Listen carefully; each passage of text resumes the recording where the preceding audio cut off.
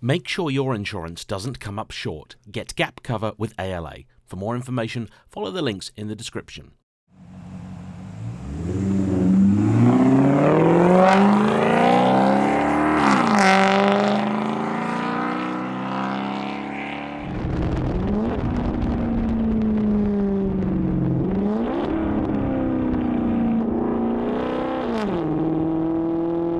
Hello everybody. I like to consider myself a very lucky man because I get to spend most of my working days living out my Top Gear fantasy. And over the last near decade I've been doing this, I've even had the good fortune to drive a couple of genuine ex-Top Gear featured cars. Notably, the Audi R8 V8 from back in 2007 and the Noble M600. But those were both technically press cars. A lot of people drove those. I've never, though, been able to drive one of the special cars, something created for Top Gear. And though I suppose you could argue I still haven't, today's star car, I think, comes close enough, because what I have here today is genuinely the very Maserati Grancabrio driven by none other than James May in the Grand Tour's Sand Job. In that episode, they said they could build their equivalent of the Lamborghini Starato for much less money. 2 weeks ago, I got to drive a Starato. So, how does this compare? Well, let's find out.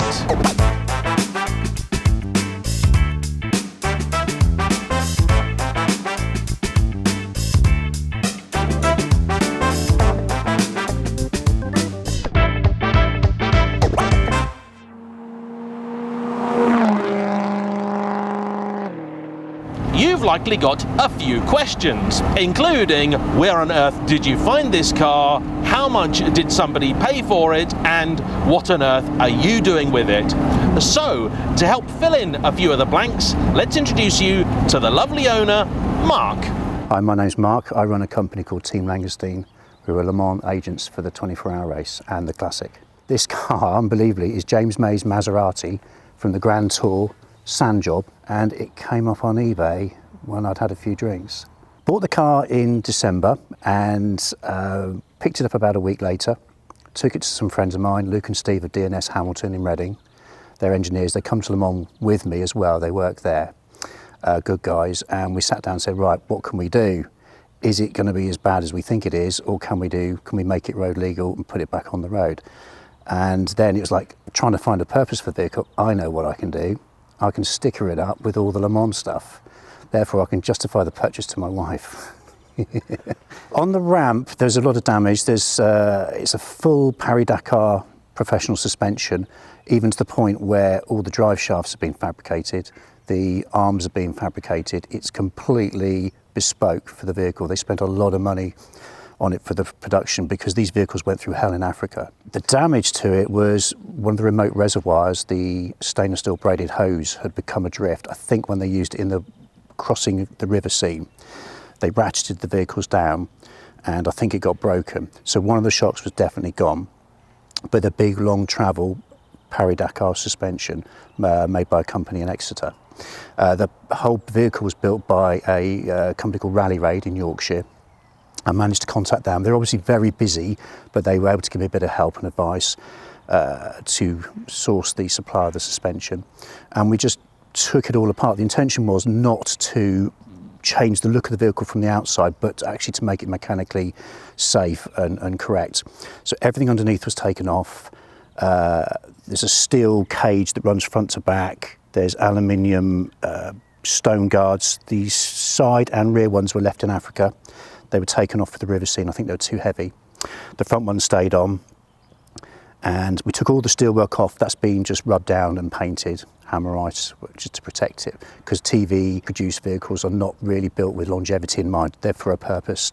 That's all been put back on. Everything was jet washed off, wax oiled, sealed, serviced, fluids, filters, everything else was done. Also, we took off the throttle body, the inlet, cleaned it all out back down to the valves, because some dust and sand did get past the filter. The filter had been rattling away in the airbox and it completely chewed the rubber seal around the edge, so some stuff did get past. There was then some concerns about the internals of the engine, so we bore scoped the cylinders, and there's witness marks of some abrasive material going down there, unsurprisingly, but it's not too bad. So another engine flush, another oil and filter engine flush, she's as good as gold.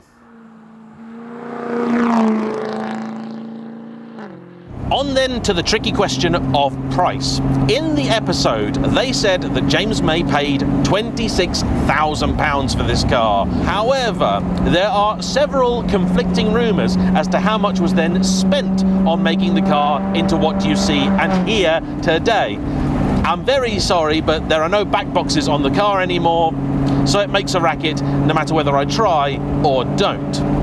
And the persistent rumour in regards to price is that the car cost £50,000. However, what is not clear is whether that includes the original purchase price or that's the cost of the build. Having seen the extent that they went to and knowing how expensive specialist labour is, I think it's very easy to believe that they spent £50,000 on making this car into what it now is. Next up, how does this compare with a regular Grancabrio? Well, as you might expect, it's a very, very different experience. Though not in one regard, it's still a fairly wobbly old thing, in spite of all the extra metalwork underneath and rally-inspired bits and pieces. And I can tell that by the fact that this camera over here is moving around an awful lot. The others, I hope, will stay on for the duration, but Mark has been determined to try and keep the car in as authentic a condition as he possibly can, right down to the sand and cigarette ends populating both of the door pockets. Here in my hand I hold James May's own lighter. Oh yes. And now, the 3-point turn hill start torture test. This is going to be interesting. Visibility is excellent because I've got the roof down and I'm not putting it up, though it does actually still work. What is compromised is the turning circle. Oh yeah, oh that's horrible. Okay, yeah, it's really bad. It's really, really bad, and I don't like the sound of grinding metal. This is not going to go well at all. Oh no. This has the ZF automatic gearbox, which was I believe the standard option for the Grancabrio, as opposed to the Cambio Corsa style system they had in the other cars. All right, yeah. Ground clearance, as you might expect, is absolutely fine. And for once, I'm not really worried if I drive onto the hedgerow there, but yeah. The dirty great big tyres, which have then necessitated specialist smaller brakes at the front, have given the ride quality some interesting characteristics. But for science, I shall now attempt to drive this car somewhat briskly. Wish me luck.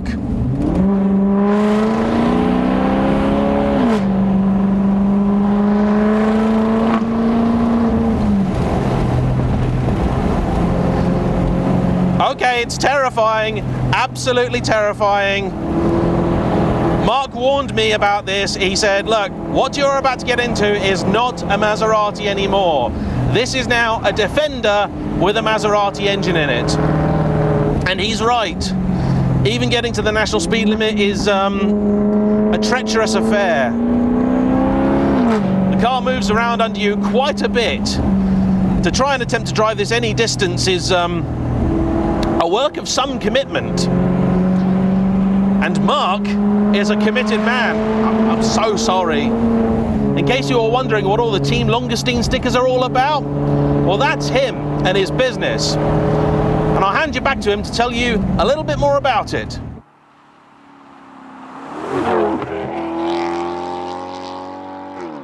This year, I've got to get it to Le Mans. It's my personal challenge. Don't know how many years I'll be able to do this, but we have our private campsite by the side of the track at Tête Rouge Corner. Tête Rouge means Red Hill. So to be taking a dirty red car, red dusty car, to Tête Rouge in France is my personal little challenge, and I think it'd be great fun. I kind of like treating it as our emotional support vehicle because I think a lot of people are missing the three chaps and their television exploits. And so why not take a bit of television history there, have some fun with it, add to the history of it, and we'll keep it going until it says it doesn't want to do it any longer, I think. So the Le Mans 24 Hours, I was originally a customer. I was going since 2003, and I started being a customer of Team Langoustine, who are an agency, and I liked it so much, I bought the company. I ended up being friendly with the guy who owned it, who didn't live too far from me. Bought the company. We carried on the 24-hour agency. We got through COVID, which is an incredibly tough time, and I've had an agreement with the ACO, who own Le Mans and the series and all the rights, and we now have the agency for the Le Mans Classic as well. We'll be there in July. There's still tickets available if anyone's interested, so please do visit the website. Camping, it's good, secure camping in a compound, food, quality toilets, showers, marquee bar, TVs, everything you need.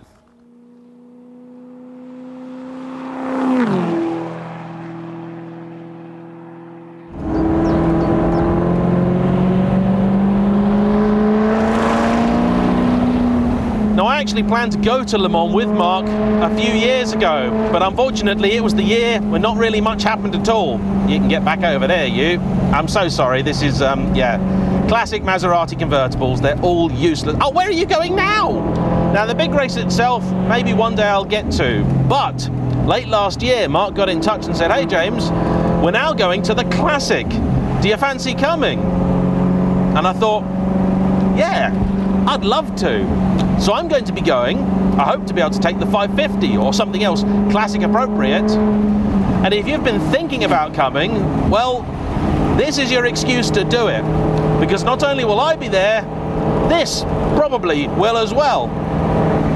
And if, like me, you're a little bit unsure about what to do, where to go, how to get your tickets and everything else, Mark will sort all of that. And because you're a friend of mine, he'll sort you a good deal. So follow the link in the description down below, drop him a line, and he will look after you. As for this car though, I'm not entirely sure it's looking after me. Maybe the most remarkable thing about it is that in spite of all it went through, the only thing actually broken was the rear boot latch. Now, most of the boot has been gutted, but the latch itself had broken, which necessitated the replacement of 2 parts from Maserati for a grand sum of about £34. Everything else was just maintenance work. Now, there was apparently another chap over in Scotland who was bidding on this. He's a fellow YouTuber, and I'm going to put a link to his channel on screen because apparently he was very upset he missed out on it. But look, between you and me, it seems like a lovely idea, but I can't actually wait for this video to be over. This is one of the scariest cars I have ever driven. And that's what sets this apart from the Lamborghini Stirato. I've yet to drive a 911 Dakar. If you've got one, I'd love to drive it. Same goes for the Morgan CXT, the trio of cars they used to introduce the episode. This is clearly a hardcore, proper off-roader. The Stirato, yeah, I'm sure it can do some off-roady type stuff, but it's still a road-biased car and great fun on the road. This is not. This is utterly and totally petrifying. The whole thing just feels like it's floating around. There's no grip from it. The chassis is wobbling. I'm terrified a camera's going to fall off and I'm going to put it through somebody's car. And it's not exactly what you'd call a looker. The bonnet may be an eBay special, we're not entirely certain. It's definitely not a carbon fibre MC Stradale one, that's for sure. We think it was chosen just because it had the best ventilation of all of them. In here, the aircon is also stuck permanently at 22 degrees. The seat heating is also jammed on, as is sport mode, which is fine because, to be honest, the main difference it'd make is in terms of the noise, and it's going to make loads of noise regardless, isn't it now?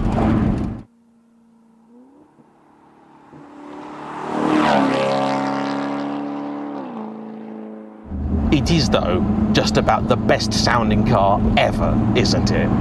Absolutely awesome. Apparently, the original producer that bought this off the team did so because he spent a week in the desert following it, thinking that's just the best sounding thing ever.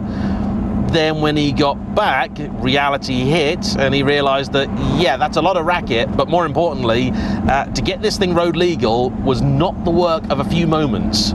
Even the handbrake, for example, had been completely gutted from the car because, well, it wasn't going to be any help to them in Africa. It was probably going to break and get in the way, so they took it off. This is how race and rally cars are prepared. If you don't need it, you get rid of it. And if you do need it, you put it on and you're not worried about it looking good. Show car, this is not.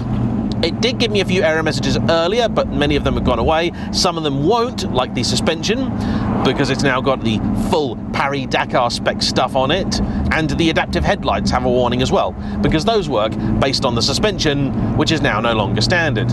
I just got a look from a bloke in a TVR, who I waved at, of what the hell is that? Remarkably though, all the electric windows still work, the roof still works, though needs a little bit of help to get it started. The gearbox and engine, they feel absolutely fine. Even the Bluetooth is operational, though if you try to connect to it, it has been renamed to a 4-letter word I can't say on the television. The clock was broken, but has now fixed itself. Although curiously, this one says it's 3 o'clock and that one says it's 6. So maybe it's not as fixed as we thought. And the thing with a car like this is there would be a temptation to say, okay, right, let's make it a little bit more tolerable. Let's put some nice sensible road tyres on, sort it out, make it a little bit more tolerable. But you can't do that, can you? This is a piece of television history. All right, maybe it's not quite as iconic as the hover van, let's say, but it's still a very, very cool thing. And I'm very, very grateful for the chance to drive it. And on that topic, when I was talking to Mark about how he was going to get here today, his original plan was to have the car trailered. And I said, why, you madman? And he told me, well, that's because, you know, he wants to take it to Le Mans, and so he's cautious about putting the miles on. To which I said, well, hang on a minute, if you want it to be reliable, surely you need to put the miles on it. I think he might have had an ulterior motive, you know, for not wanting to drive this car. He is an absolute hero for taking this thing down to Le Mans. So if you want to celebrate that and support him, a nice independent business trying to do something very cool in the right way, give his website a look. And if, like me, you're thinking about going to Le Mans, either the regular one or the classic, and you're unsure, I will leave you with some parting words from him. But from me, it is simply a big thank you to Mark for coming out, and as ever, to you for watching. Don't forget to hit the like button, comment down below, subscribe if you haven't already, and I'll see you for the next one. Bye-bye. The best time you should have gone was last year. The second best time is this year, because if you just keep putting it off, you'll never go.